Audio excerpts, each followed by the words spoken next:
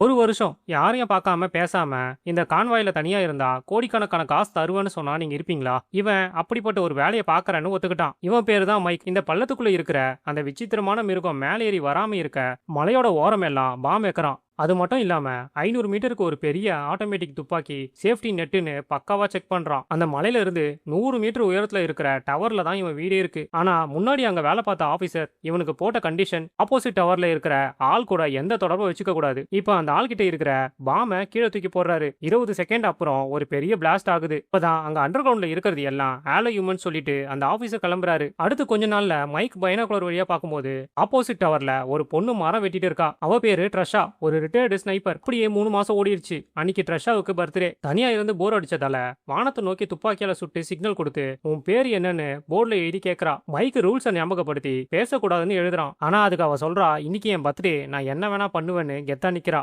அப்புறம் என்ன, ரெண்டு பேரும் போர்டுல எழுதி எழுதி ஜாலியா பேச ஆரம்பிச்சாங்க. திடீர்னு ட்ரெஷா ஏதோ ஆபத்தை உணர்றா. மைக்கு கீழே குனிஞ்சு பார்த்தா உடம்பெல்லாம் வேர்கள் இருக்கிற அந்த ஆலோ ஹியூமன்ஸ் செவுர் மேல ஃபாஸ்டா ஏறி வந்துட்டே இருக்கு. ஒரு செகண்ட் கூட யோசிக்காம மைக்கு துப்பாக்கி எடுத்து சுட ஆரம்பிக்கிறான். எதிரில இருந்த ட்ரெஷாவும் அவகிட்ட இருக்க மிஷின் கண்ணை வச்சு மாத்தி மாத்தி சராமாரியா சொல்றா. அப்போதான் அந்த அரக்கனுங்க ஒவ்வொன்னா அடிபட்டு பள்ளத்துக்குள்ளேயே விழுந்து சாகுதுங்க.